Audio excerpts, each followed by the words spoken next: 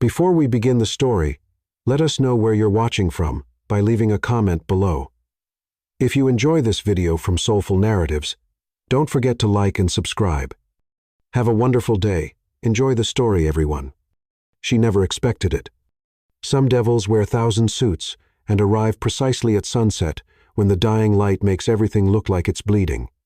Elena Voss's hands trembled as she mixed crimson paint with burnt umber, trying to capture the exact shade of her family's crumbling dreams on canvas. The foreclosure notice lay crumpled beside her easel, its harsh black letters declaring that the Voss family had exactly 72 hours to vacate the only home she'd ever known. $50 million. That's what they owed Valter Enterprises for the Children's Hospital project that had destroyed their construction company 6 months ago. The doorbell rang at exactly 6:47 p.m., its melodic chime echoing through the half-empty house like a funeral dirge. Elena's father had already sold most of their furniture, leaving behind only the essentials and the art supplies he couldn't bear to take from his daughter. She heard hushed, urgent voices in the foyer, her father's defeated whisper and another voice deep and controlled that seemed to command the very air around it. "Elena." Her father's voice cracked like breaking glass. "Please come downstairs. There's someone here to see you." She sat down her brush, wiping paint-stained fingers on her worn jeans. Through the window, she could see a sleek black Bugatti Chiron parked in their driveway, its million-dollar frame looking obscenely out of place next to their rusty mailbox. Beside it stood 2 men in dark suits, who looked like they could break bones with their bare hands. Alexander Valter was not what she'd expected. At 38, he possessed the kind of devastating masculine beauty that belonged on magazine covers.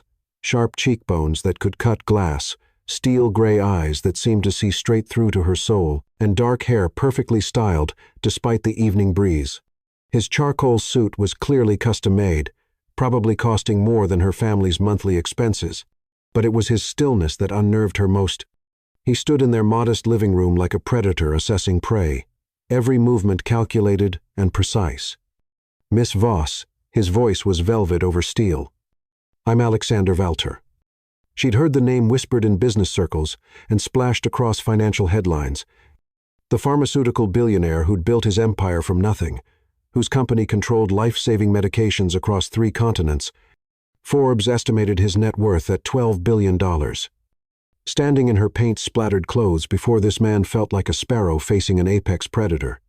"I know who you are," she replied, lifting her chin defiantly. "You're here to throw us out." Something flickered in those gray eyes. Surprise, perhaps, or approval. "Actually, I'm here to offer you an alternative." Her father shifted nervously beside the window. "Elena, Mr. Valter has a proposition." Alexander's gaze never left hers. "Your family's construction company was hired to build a children's hospital wing for Valter Enterprises. When your business partner embezzled $3 million and vanished, the project collapsed, leaving you liable for the entire $50 million contract failure, plus accumulated interest and legal penalties." Each word hit like a physical blow. The partner, Victor Hale, had been her father's best friend since college, when he'd vanished with $3 million of project funds. He'd left the Vosses liable for the entire contract failure. However, Alexander continued, his voice softening almost imperceptibly, "I'm prepared to forgive the entire debt under certain conditions." Elena's heart hammered against her ribs. What conditions? Marriage to me for 2 years. The words hung in the air like a death sentence. Her father made a strangled sound, but Elena felt the world tilt beneath her feet. This had to be some kind of joke, some cruel billionaire game she couldn't understand. "You're insane," she whispered. "I'm practical." Alexander moved closer, and she caught a hint of his cologne. Something expensive and masculine that made her traitorous body respond, despite her fear. "I need a wife to access my trust fund. My grandfather's will requires marriage before my 40th birthday, or I lose controlling interest in Valter Enterprises. You need $50 million to save your family from financial ruin." "Why me?" The question escaped before she could stop it. For the first time, his perfect composure cracked slightly. His eyes drifted to the painting behind her. A work in progress depicting a broken family slowly healing together, their faces emerging from shadow into light. Because you understand brokenness, he said quietly. And perhaps healing. Elena's breath caught. She'd been working on that painting for months, unable to capture exactly what she wanted to express. How had this stranger seen it so clearly? The terms would be clearly defined, Alexander continued, his business mask sliding back into place. A contractual marriage lasting exactly 24 months. You would live in my estate, but maintain complete personal autonomy, separate living quarters, no physical intimacy required unless mutually desired. Your debt would be forgiven immediately, and your family would receive an additional $10 million for inconvenience. Was $10 million enough to rebuild their business, pay off their remaining debts, and secure her parents' retirement? All for signing a piece of paper and living in a mansion for 2 years. What do you get out of this besides access to your trust fund? She asked. A wife who won't fall in love with me, he replied with brutal honesty. Someone who understands this is purely business. The casual cruelty of his words stung, but she sensed something deeper beneath them. A wound so old and deep that he'd built his entire life around protecting it. I need time to think. You have 30 seconds. His voice turned arctic. After that, I implement Plan B, which involves bankruptcy proceedings and criminal charges against your father for breach of contract. Her father made a sound like a dying animal. Elena's mind raced through their options. There weren't any. Bankruptcy would destroy what remained of their family's reputation. Her father's health was already failing from the stress. Criminal charges might kill him. But marriage to this beautiful, terrifying stranger, 2 years of her life traded for her family's survival. She looked at her father's hopeful, desperate face, then back at Alexander's impassive expression. In those steel-gray eyes, she glimpsed something that made her decision for her. A loneliness so profound it made her chest ache. I have conditions of my own, she said finally. Alexander's eyebrow arched elegantly. Name them. I continue my art, full studio access, and complete creative freedom. I won't be paraded around as arm candy at your business functions unless I choose to attend, and when the 2 years are up, we walk away clean. No complications, no strings attached. Agreed. He pulled a thick contract from his jacket. My lawyers have already prepared the paperwork. Of course they had. This man planned everything down to the smallest detail. She scanned the document quickly. It was exactly as he described, written in legal language, but surprisingly fair, almost protective of her interests. Sign here. He produced an expensive pen, its weight substantial in her trembling fingers. As she wrote her name on the marriage contract, sealing her fate to a man she'd known for all of 20 minutes, Alexander spoke again. There's one more thing, Miss Voss. She looked up to find his gray eyes blazing with an intensity that made her stomach flutter. Once you sign that contract, you belong to me for the next 2 years. Not as property, he added quickly, seeing her expression, but as family. I protect what's mine with everything I have. That includes protecting you from anyone who might try to hurt you, including myself. The warning sent chills down her spine, but also something else. A traitorous warmth that suggested maybe, just maybe, this beautiful monster might be more human than he wanted the world to believe. She signed her name with a flourish, sealing their devil's bargain. Welcome to the family, Mrs. Valtor, Alexander said softly, and for just a moment his mask slipped completely, revealing a man who looked like he'd just been granted a reprieve from his own personal hell. Outside, thunder rumbled in the distance, and Elena wondered if she'd just saved her family or damned herself to something far more dangerous than debt. A marriage that might actually become real. Chapter 2. Bound by paper, separated by walls. Exactly 3 weeks after signing her soul away, Elena stood before a mirror in a $20,000 wedding dress, feeling like a beautifully wrapped sacrifice being prepared for an altar of ice. The Valtor Estate's bridal suite rivaled the size of her childhood home. All polished marble and crystal chandeliers casting rainbow prisms across walls adorned with original Monet paintings. Isabella Reed, her best friend since art school, adjusted the dress's cathedral train while struggling not to cry. You don't have to do this, Isabella whispered for the 100th time. We could run. I've got my car outside. We could be in Mexico by tomorrow. Bella, stop. Elena caught her friend's hand, squeezing gently. You know, I don't have a choice. Through the floor-to-ceiling windows, she could see the wedding preparations below. 200 guests seated in the mansion's rose garden, a string quartet playing Pachelbel's canon, and enough white roses to bankrupt a small country. The media had dubbed it the wedding of the century, speculating wildly about the mysterious romance between the reclusive pharmaceutical billionaire and the unknown artist who'd captured his heart. If only they knew the truth. Mrs. Walter. A soft knock interrupted her spiraling thoughts. Thorne Whitaker, Alexander's impeccably dressed assistant, peered around the door. It's time, Mrs. Walter. The name felt foreign on her tongue, like trying on clothes that belonged to someone else. In 3 weeks, she'd signed more legal documents than she'd ever seen in her life. Prenups, North Dakota, as insurance policies that made her worth more dead than alive. Alexander had insisted on complete financial protection for her, even in the event of divorce or his death. The walk down the aisle felt like a death march dressed in designer silk. Every face in the crowd was a stranger. Business associates, pharmaceutical executives, society matrons whose combined net worth could fund small nations.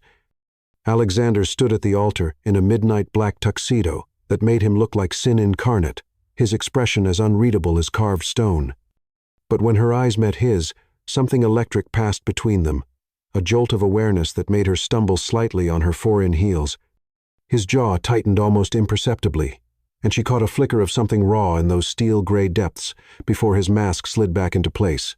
Judge Harlan, an old family friend who'd officiated 3 generations of Walter weddings, conducted the ceremony. His traditional words about love and devotion felt like mockery given their circumstances. But when Alexander spoke his vows, his voice carried an undertone that sent shivers down her spine. I, Alexander Lucius Walter, take you, Elena Marie Voss, to be my wife. I promise to protect you, provide for you, and honor the commitment we've made to each other. The way he emphasized commitment made it sound less like a business arrangement and more like a sacred oath. When it was her turn, her voice shook slightly. I, Elena Marie Voss, take you, Alexander Lucius Walter, to be my husband. I promise to stand beside you, respect our agreement. And she hesitated, then added softly, try to understand the man behind the contract. Something shifted in his expression. Surprise maybe, or vulnerability quickly hidden. When Judge Harlan pronounced them husband and wife, Alexander's hands were surprisingly gentle as he cupped her face for their first kiss. His lips were warm and firm against hers, the contact lasting exactly long enough to satisfy the photographer's expectations, but short enough to maintain the fiction that this was merely business, except it didn't feel like business when his thumb brushed across her cheekbone, or when his eyes lingered on her lips, as if memorizing their shape. The reception was a blur of champagne toasts and congratulations from people whose names she'd never remember. Alexander played the attentive groom perfectly, his hand never leaving the small of her back, his responses to well-wishers smooth and charming. But she noticed how his smile never reached his eyes, how his jaw tensioned whenever someone mentioned children or the future. Such a romantic story, gushed Beatrice Langford, a pharmaceutical heiress whose diamond necklace could probably feed a small village. Alexander told us how you swept him off his feet with your art. We simply must see your work sometime. Elena nearly choked on her champagne. Alexander's version of their meeting was apparently a tale of instant attraction and whirlwind romance. She felt his hand tighten warningly against her back. Elena's incredibly talented, he said smoothly. I'm having a studio built for her at the estate. Art is her passion. The way he said passion made heat curl low in her belly, which was absolutely not supposed to happen. This was a business arrangement. She was not supposed to be affected by her fake husband's devastating smile, or the way his tuxedo emphasized his broad shoulders. As the evening wore on, she began to notice the subtle signs of Alexander's discomfort, how he drank sparkling water instead of champagne, how his responses became increasingly clipped when people asked personal questions, how his breathing changed whenever the conversation turned to love or emotions. Finally, mercifully, the reception ended. The last guest departed with air kisses and promises to lunch soon. Promises Elena had no intention of keeping, and she found herself alone with her new husband in the mansion's grand foyer. The silence stretched between them like a chasm. Alexander loosened his bow tie, the simple gesture somehow more intimate than anything that had happened during their wedding night should be. "Your room is in the east wing," he said quietly. "Thorn will show you the way. You'll find everything you need. Clothes, toiletries, art supplies. If there's anything else you require, just ask the staff. Where will you be?" The question slipped out before she could stop it. "West wing. We'll rarely cross paths, unless we're both using the common areas." His tone was businesslike, but she caught something else underneath. Was that relief or disappointment? Thorn appeared as if summoned, leading her through corridors lined with priceless artwork toward what would be her prison for the next 2 years. The east wing was beautiful in an understated way. Warm colors, comfortable furniture, and windows that overlooked the estate's private lake. "This is your suite," Thorn explained, opening double doors to reveal a space larger than her family's entire house. "The bedroom, sitting area, and your private bathroom. Mr. Walter had the adjoining room converted into an art studio for you." Elena's breath caught as she stepped into the studio. Floor-to-ceiling windows provided perfect northern light. Professional-grade easels stood ready for use, and every art supply imaginable was organized with military precision. It was an artist's dream, clearly designed by someone who understood the creative process intimately. "How did he know?" she whispered. "Mr. Walter researches everything thoroughly." Thorn replied diplomatically. "Will there be anything else tonight, Mrs. Walter?" "Mrs. Walter, she supposed she'd better get used to it." "No, thank you. This is perfect." After Thorn left, Elena explored her new home with growing amazement. The walk-in closet was filled with designer clothes in her exact size, all with the tags still attached. The bathroom featured a marble-soaking tub that could accommodate 4 people and a shower with enough jets to power a small spacecraft. But it was the bedroom that made her heart race. The king-sized bed was covered in silk sheets that probably cost more than her car, and someone had left a single white rose on her pillow, a gesture that felt both romantic and mocking given their circumstances. She changed out of her wedding dress into silk pajamas that felt sinfully luxurious against her skin, then wandered to the window. The estate's grounds stretched for miles in every direction, lit by discreet landscaping lights that made the gardens look magical. Somewhere in the west wing, Alexander was probably doing the same thing, staring out at his empire and wondering what the hell he'd gotten himself into. A soft chime from her phone interrupted her thoughts. A text from an unknown number. "I hope you find everything satisfactory. Sleep well, Mrs. Walter A.V." She stared at the message for a long moment, then typed back, "Thank you for the studio. It's beautiful." His response came almost immediately. "You're welcome. Tomorrow, we begin learning to live with our choices." Learning to live with their choices. It sounded ominous and hopeful at the same time. Elena set the phone aside and climbed into the enormous bed, surrounded by luxury that felt more like a gilded cage than a new beginning. But as she drifted towards sleep, she found herself thinking not about the contract or the money or the 2 years stretching ahead of her, but about that moment during their vows when Alexander's mask had slipped. For just an instant, she'd glimpsed something vulnerable and yearning in his eyes. Something that suggested maybe, just maybe, this beautiful monster was as trapped by their arrangement as she was. Outside her window, the estate's security lights cast long shadows across the grounds, and Elena wondered if Alexander was lying awake, too, thinking about the woman who just become his wife in name only, and whether 2 years would be long enough to discover who he really was beneath all that careful control. Chapter 3. Cracks in the Foundation. Mysterious gifts began appearing exactly 1 week after their wedding. The first set being Kolinsky sable brushes, so exquisite they belonged in a museum, left silently on her studio easel-like offerings to an unknown god. Elena discovered them at dawn when she couldn't sleep, and had wandered to her studio to lose herself in paint and canvas. The brushes were arranged with surgical precision next to a note written in Alexander's precise handwriting for capturing light in dark places. Her fingers traced the perfect balance of each brush, their handles carved from rare wood and tipped with the finest bristles money could buy. The set probably cost more than most people's annual salary. Yet something about the gesture felt personal rather than ostentatious, as if he'd chosen each brush specifically for her hands. In the weeks since their wedding, she'd barely seen her husband except in passing.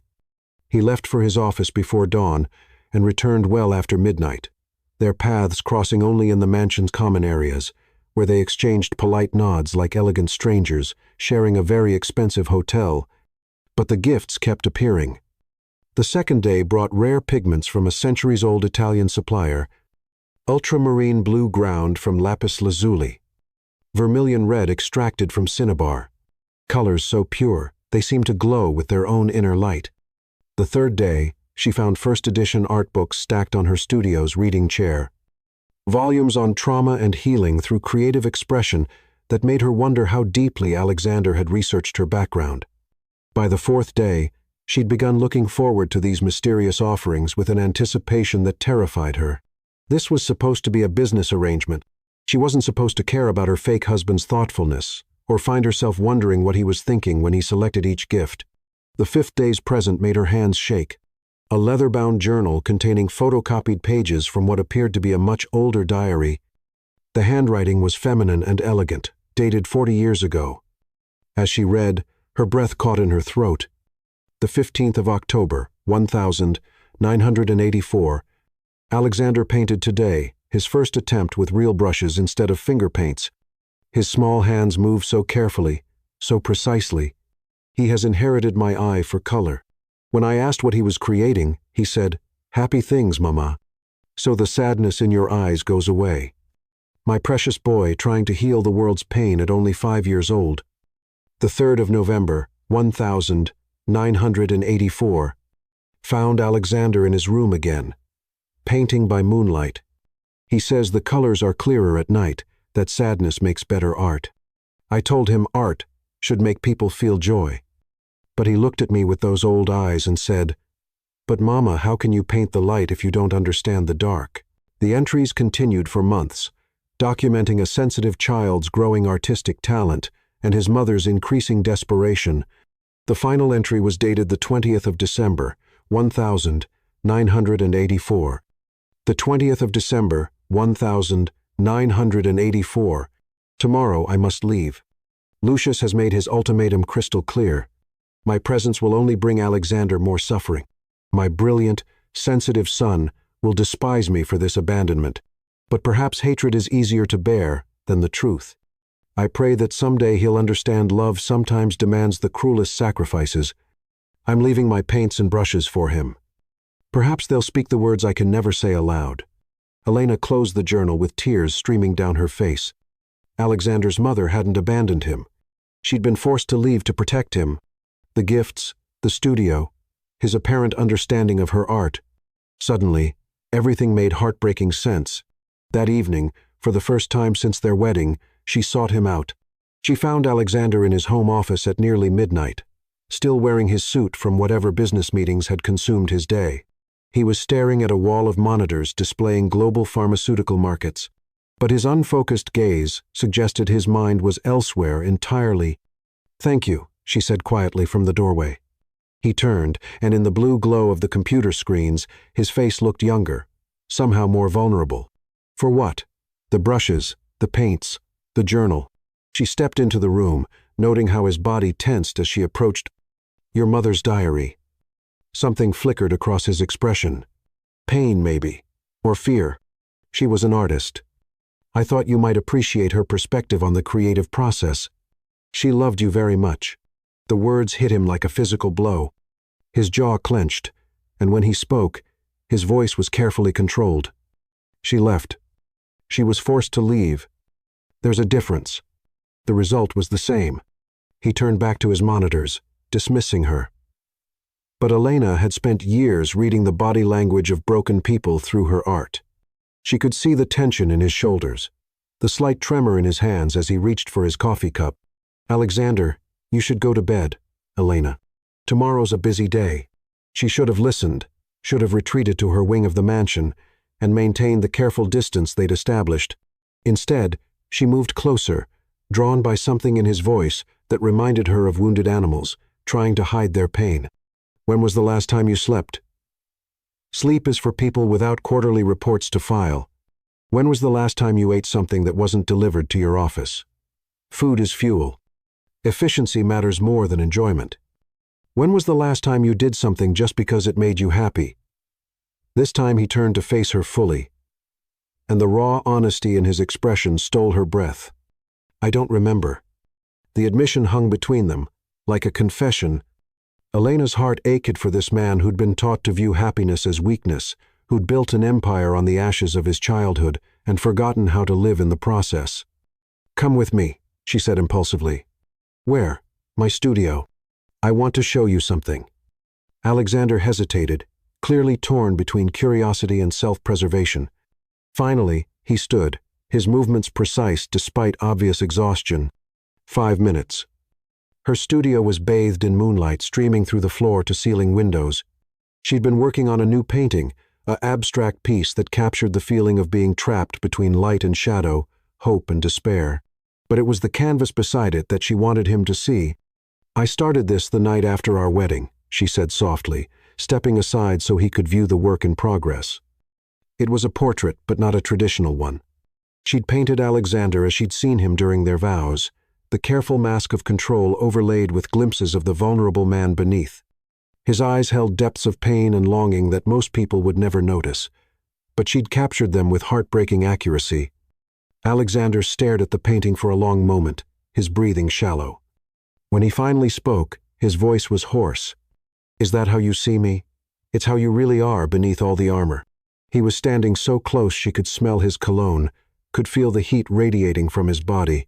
When he turned toward her, something had shifted in his expression, the careful control cracking to reveal something raw and desperate underneath. You don't know what you're seeing, he whispered. What you're painting? I can't. Can't what? Feel love. Be the kind of man who deserves.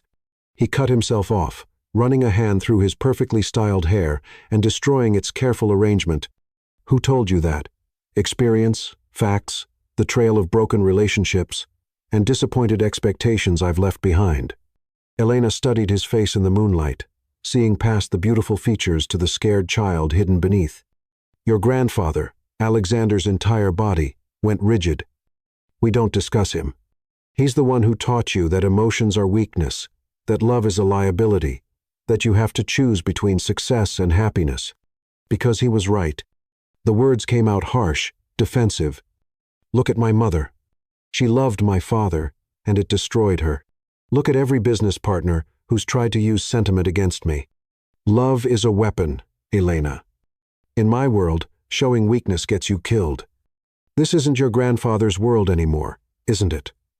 He gestured around the opulent studio, the mansion beyond. All of this exists because I learned his lessons, because I became exactly what he wanted me to become. What did you want to become? The question seemed to break something inside him. For a moment, his mask slipped completely, and she saw the lost little boy who'd painted happy things to stop his mother's tears. An artist, he whispered. I wanted to paint. The confession hung between them like a bridge across an impossible chasm. Without thinking, Elena reached for his hand, her fingers intertwining with his. He didn't pull away, but she felt the tremor that ran through him at the contact. It's not too late. I haven't touched a brush in 30 years. Muscle memory is longer than that. And besides, she smiled softly, you've been giving me all the right supplies. It's like you knew exactly what I needed. Alexander looked down at their joined hands, his expression unreadable. This is dangerous, Elena. What is this? Whatever's happening between us. Our agreement was, I know what our agreement was. She stepped closer, close enough to see the silver flecks in his gray eyes, but agreements can be modified. For a heartbeat, she thought he might kiss her. His gaze dropped to her lips, and the air between them crackled with electricity. Then his phone buzzed, shattering the moment like breaking glass. Alexander stepped back, his walls slamming into place with almost audible force. He glanced at the message and his expression turned arctic. I have to go. Emergency board meeting at midnight. Global markets don't sleep. He was already moving toward the door. The vulnerable man she'd glimpsed, disappearing behind the billionaire's cold efficiency, Thank you for showing me the painting. Alexander, wait. But he was gone, leaving only the lingering scent of his cologne and the echo of a confession that changed everything. Elena stood alone in her moonlit studio, staring at the portrait that had somehow become a mirror reflecting truths neither of them was ready to acknowledge. Outside, she heard the growl of Alexander Bugatti starting up, carrying him away from whatever had almost happened between them. But as she touched her lips, she could swear she still felt the ghost of a kiss that never came. And she wondered if the careful walls around Alexander Valter's heart might not be as impenetrable as he believed. After all, she'd always been particularly good at finding cracks in seemingly solid foundations. Chapter 4. The artist sees the beast. 3 months after their wedding, Elena stood before the most exclusive art gallery in the city, watching her deepest secrets being hung on walls where the world's elite would dissect them with champagne-dulled critical eyes. The Meridian Gallery was a cathedral of modern art. It's soaring, white walls and perfect lighting designed to make even amateur sketches look profound. But tonight, it showcased something that had never been seen before. A collection of paintings that stripped away the careful facades of power and revealed the broken souls beneath. Healing the Wounded by Elena Valter read the elegant placard beside the centerpiece. A massive canvas that dominated the gallery's main wall, the painting showed a figure shrouded in shadow, his face a study in controlled anguish, with fractures of light bleeding through the darkness around him. Anyone who knew Alexander would recognize him instantly, but they'd never seen him like this. Vulnerable, haunted, achingly human. Darling, this is extraordinary work, breathed Victoria Hale, the gallery's director, as she adjusted the lighting for the 100th time. The emotional depth, the technical skill. It's like you've captured souls on canvas. The entire collection sold out within an hour of the preview announcement. Sold out to people who had no idea they were buying windows into her husband's carefully guarded heart. Elena's stomach twisted with a mixture of pride and terror. What had she done? Mrs. Valter? Thorne appeared at her elbow, impeccably dressed as always, but tension radiating from his usually unflappable demeanor. Mr. Valter has just arrived from Shanghai. Alexander had been in Shanghai for the past 2 weeks, finalizing a merger that would bring life-saving medications to Southeast Asian markets. They'd communicated only through brief professional text messages about household matters and his travel schedule. She hadn't told him about the exhibition, hadn't warned him that his deepest vulnerabilities were about to be displayed for the entertainment of people who thought suffering was just another form of art. The gallery's main doors opened with a whisper of expensive perfume and hushed conversation as the evening's guests began arriving. Pharmaceutical executives, art collectors, society matrons who attended every significant cultural event in the city, the same crowd that had witnessed their wedding 3 months ago. But Elena's eyes found only one figure in the elegant sea of black tie attire. Alexander stood in the gallery's entrance like an avenging angel carved from marble, his midnight black tuxedo emphasizing the sharp lines of his face and the deadly stillness of his posture. He'd clearly come straight from the airport. There was a tension in his shoulders that spoke of 18-hour flights and jet lag, but his gray eyes were laser-focused as they swept the room. When his gaze found hers across the crowded space, the world seemed to stop. He moved through the crowd like a predator stalking prey, guests unconsciously stepping aside to clear his path. Elena's heart hammered against her ribs as he approached, his expression unreadable, but his eyes blazing with an intensity that made her skin burn. Elena. His voice was perfectly controlled, giving nothing away. I received Victoria's invitation while I was in customs. Congratulations on your first exhibition, Alexander. I can explain. Can you? He stepped closer, close enough that she could see the silver flecks in his gray eyes, close enough to smell the familiar scent of his cologne mixed with something darker. Anger, maybe, or betrayal. Because I'm very curious to hear your explanation for this. He gestured toward the centerpiece painting, and Elena's breath caught. Standing before it now, with Alexander beside her, the resemblance was even more startling. She'd captured not just his physical features, but something deeper, the loneliness that radiated from him, even in crowded rooms. The carefully controlled pain that flickered behind his eyes when he thought no one was watching. I painted what I saw, she said quietly. You painted my soul without permission. The words hit like a slap, But before she could respond, a familiar voice interrupted them. "Alexander, darling, you're back." Sophia Kane glided toward them like a predatory swan, her ice-blue gown clinging to her model-thin frame and her platinum hair styled in a chignon that probably cost more than most people's monthly rent. "I was just telling everyone about Elena's remarkable talent. Such insight into the human condition. Sophia was everything Elena wasn't. Tall, elegant, born into pharmaceutical royalty. More importantly, she was Alexander's ex-fiancée, the woman who'd broken their engagement 2 years ago, citing irreconcilable differences the tabloids had speculated about for months. "Sophia." Alexander's voice carried no warmth. "I didn't expect to see you here." "Oh, I wouldn't miss supporting Alexander's new wife," Sophia replied with a smile sharp enough to cut glass. "Though I must say, darling," she turned to Elena, "your work is quite revealing. Tell me, how does one capture such intimate details of a subject? Such raw vulnerability? One would almost think you've seen Alexander at his most unguarded moments." The implication hung in the air like poison. Around them, other guests had begun to notice the tension, conversations quieting as curious eyes turned their way. "Art requires observation," Elena replied carefully, refusing to be baited. "And empathy. How artistic." Sophia's laugh was crystalline and cruel. "Though I suppose when one marries for money, intimate access comes with the contract." The blood drained from Elena's face. Beside her, Alexander went perfectly still, the kind of stillness that preceded violence. "Careful, Sophia." His voice was soft as silk and twice as deadly. "You're speaking about my wife. Am I wrong?" Sophia's eyes glittered with malicious pleasure. "Everyone knows this marriage is nothing more than a business arrangement.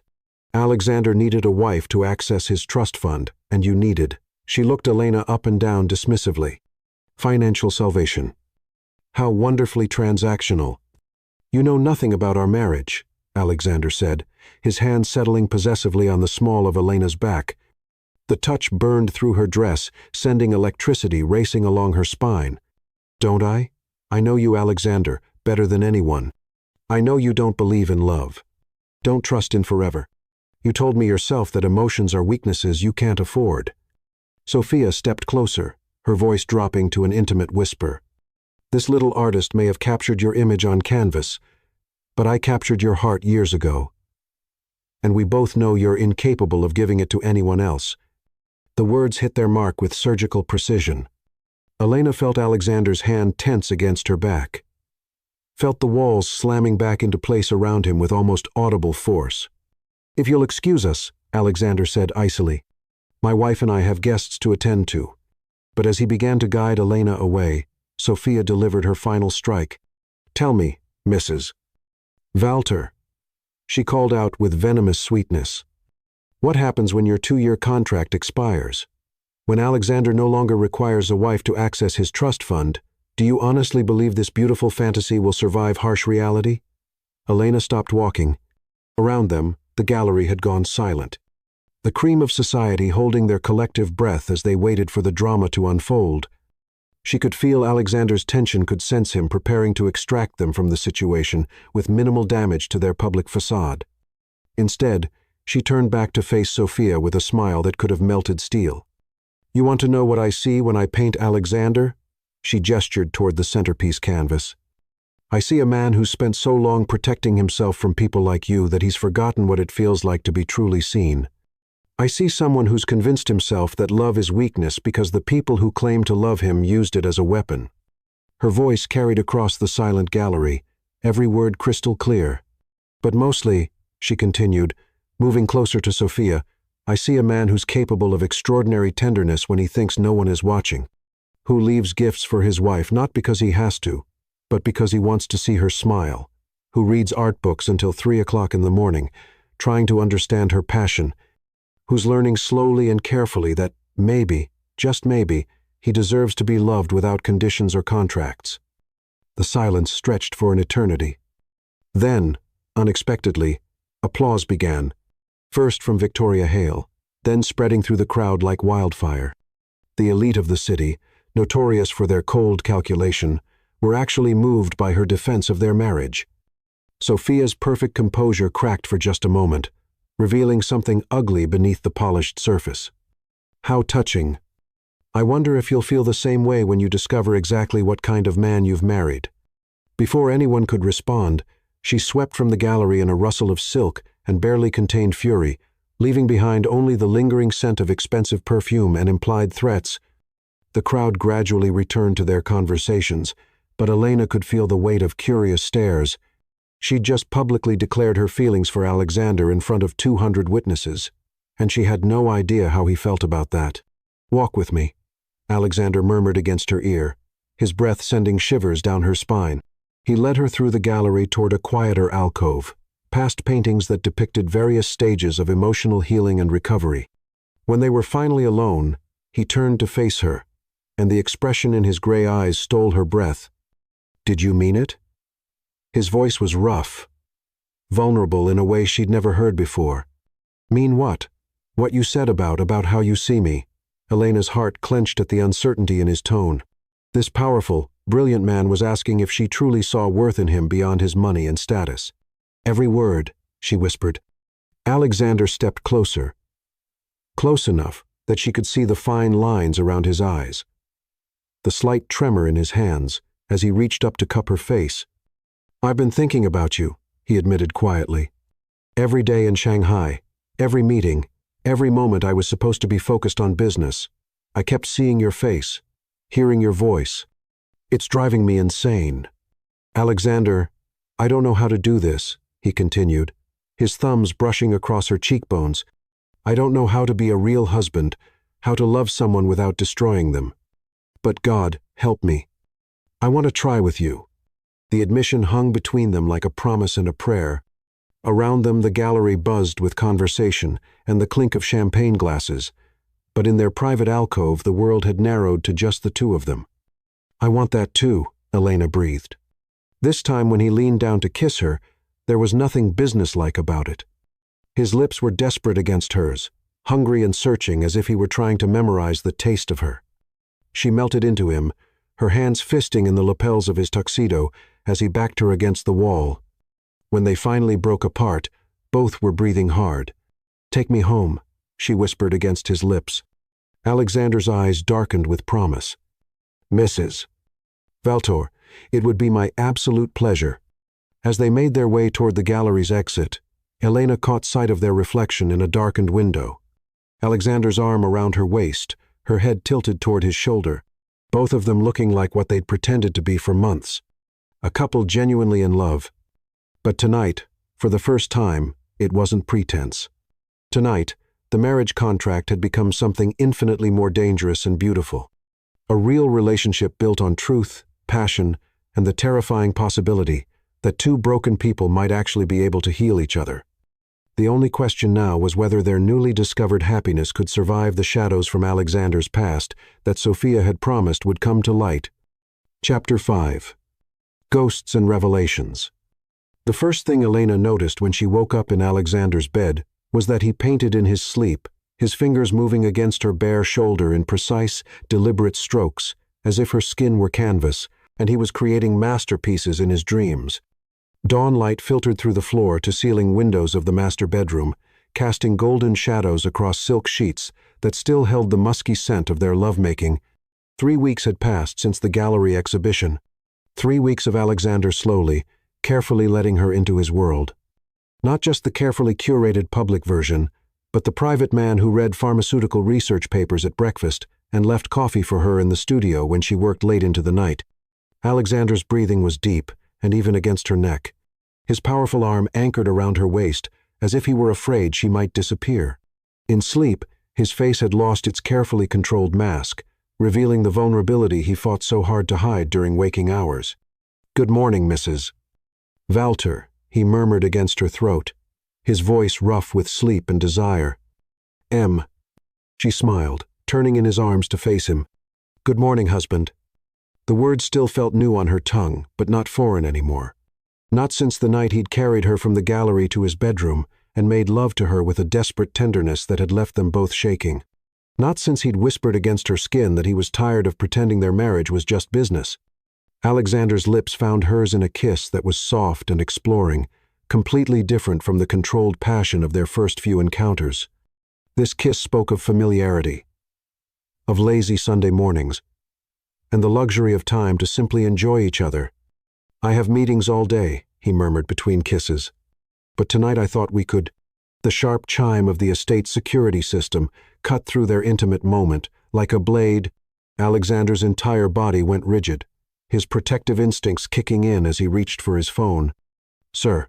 Thorne's voice came through the speaker, tense with barely controlled alarm. "We have a situation. Sophia Kane is at the main gate demanding to see you. She says it's urgent." Alexander's expression turned arctic. "Tell her to make an appointment. She says she has information about Lucius that you need to hear immediately." The name hit Alexander like a physical blow. Elena felt his muscles tense, saw the walls slamming back into place around him with devastating speed. Lucius, his grandfather, the man who shaped him into the cold, calculating billionaire the world knew. "Let her in," Alexander said quietly. "Escort her to my office. I'll be down in 10 minutes. After he ended the call, silence stretched between them like a chasm. Alexander was already moving, pulling on clothes with efficient mechanical movements that spoke of a man preparing for battle. "Alexander." Elena reached for him, but he stepped away from her touch. Not cruel, but with the careful distance of someone protecting himself from weakness. "This doesn't concern you," he said, his voice returning to the clipped, professional tone she hadn't heard in weeks.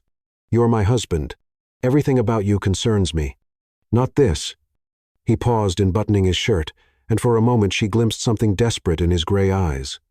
"Trust me, Elena, some ghosts are better left buried."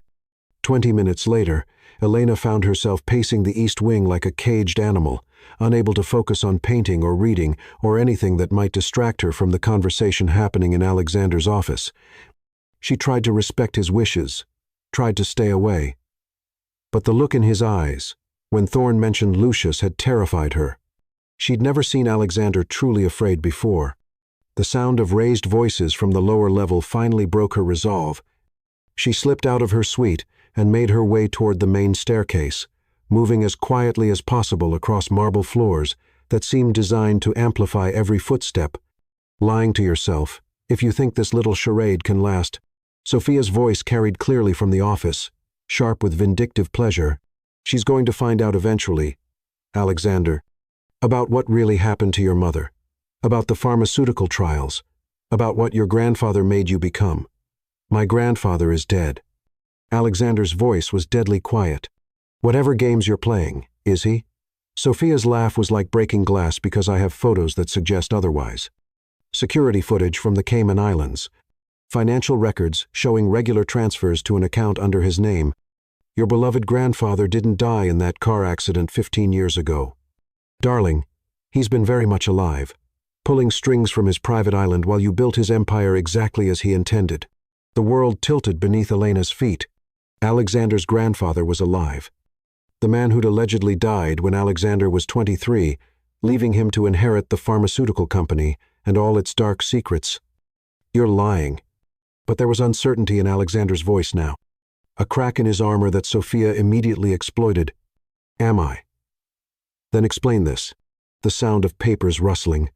Then Alexander's sharp intake of breath. Where did you get these? I have my sources. The question is, what are you willing to do to keep them from becoming public? Because I can think of several news outlets that would pay handsomely for proof that Alexander Valtor has been lying about his grandfather's death for over a decade. What do you want? You back where you belong. Divorce the little artist, marry me as originally planned, and these photos disappear forever. We'll tell the world it was a trial separation, that you realized your mistake. Your reputation stays intact, your business empire remains secure, and your grandfather's secrets stay buried. And if I refuse, then I expose everything. The photographs, the financial records, the real reason your mother fled. Do you believe your precious wife will still adore you when she discovers you're the heir to a man responsible for thousands of deaths? When she learns that every luxury you've provided came from blood money, Elena's hand flew to her mouth, stifling a gasp. Blood money? What had Alexander's grandfather done? You have 24 hours to decide, Sophia continued. Choose carefully. Alexander, some secrets are too big to survive exposure. The sound of heels clicking across marble told Elena that Sophia was leaving. She pressed herself against the wall, heart hammering as the blonde woman swept past without noticing her presence. When the front door closed, the mansion fell into suffocating silence. Elena waited several minutes before making her way to Alexander's office. She found him standing before the floor-to-ceiling windows that overlooked the estate's grounds, his shoulders rigid with tension, his hands clenched into fists at his sides. "How much did you hear?" he asked without turning around. "Enough." She stepped into the room, closing the door behind her. "Your grandfather is alive, apparently." His voice was hollow, defeated in a way she'd never heard before. "Alexander, look at me." "I can't." The admission was barely a whisper. "I can't face you knowing what you know now." "What exactly do I know?" He turned then, and the pain in his gray eyes nearly brought her to her knees. "That I'm exactly what Sophia said. The son of a monster. A man who's built his entire life on a foundation of lies and blood money. Tell me about the pharmaceutical trials." Alexander's laugh was bitter, self-loathing. "What's to tell? My grandfather used poor communities in developing countries as test subjects for experimental drugs.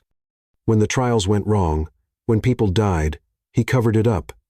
Bribed officials, falsified reports, destroyed evidence. The fortune that paid for this house, for your art supplies, for our wedding, all of it came from human suffering." Elena's heart clenched, but not with disgust or fear, with understanding, and you've been trying to atone for it ever since. "What?" "The affordable medication programs, the free clinics in underserved communities, the research grants for rare diseases that don't turn a profit. You've been using the pharmaceutical company to undo your grandfather's damage." Alexander stared at her as if she'd spoken in a foreign language. "You don't understand. I knew not everything, but enough. I knew some of our early profits came from questionable sources, and I chose to look the other way because it was easier than facing the truth. You were 23 years old when your grandfather allegedly died. You were grieving and alone, and trying to run a billion-dollar company. Of course you made mistakes." "Mistakes?" His voice cracked. "People died, Elena. Children died because of trials my grandfather authorized. And I've spent 15 years profiting from their suffering." She moved toward him then, ignoring his instinctive step backward. "And you've spent 15 years trying to save other children. The pediatric cancer research, the vaccine development programs, the global health initiatives. That's not blood money, Alexander. That's redemption. You don't know what I've done, what I'm capable of. I know you." She reached up to cup his face, forcing him to meet her eyes. "I know you leave me coffee when I work late. I know you read to the children at the hospital wing we fund. I know you cry when you think no one is watching because you carry the weight of every life your family's company has failed to save." "Sophia was right about one thing," he whispered, his hands coming up to cover hers. "You deserve better than this. Better than me. That's not your choice to make. 24 hours. Elena, that's how long we have before she destroys everything. The company, my reputation, your future, our future," she corrected firmly. "And I'm not going anywhere. You don't understand what exposure would mean. Congressional investigations, criminal charges, civil lawsuits that could drag on for years. They'd paint you as complicit, guilty by association. Then we fight back with what? She has evidence, photographs, financial records." "We have something better," Elena said, her voice growing stronger with conviction. "We have the truth. Not your grandfather's truth, but yours. 15 years of documented charitable work, lives saved, communities helped. You're not responsible for what he did, but you are responsible for what you've chosen to do since." Alexander searched her face as if looking for signs of doubt or fear. "You really mean that? I mean, all of it. The good, the bad. And whatever other ghosts are hiding in your family's closet, for better or worse. Remember, that wasn't just contract language. Alexander, that was a promise." For a long moment, he simply stared at her, as if trying to memorize her face. Then, with a sound somewhere between a sob and a laugh, he pulled her into his arms, holding her so tightly she could barely breathe. "I love you," he whispered against her hair. "God help me. I love you so much it terrifies me." "I love you too," she whispered back and felt some of the tension leave his body. They stood there in the golden morning light, holding each other as if they could create a fortress against the world with just the strength of their connection. Outside, the estate's gardens bloomed with life and promise.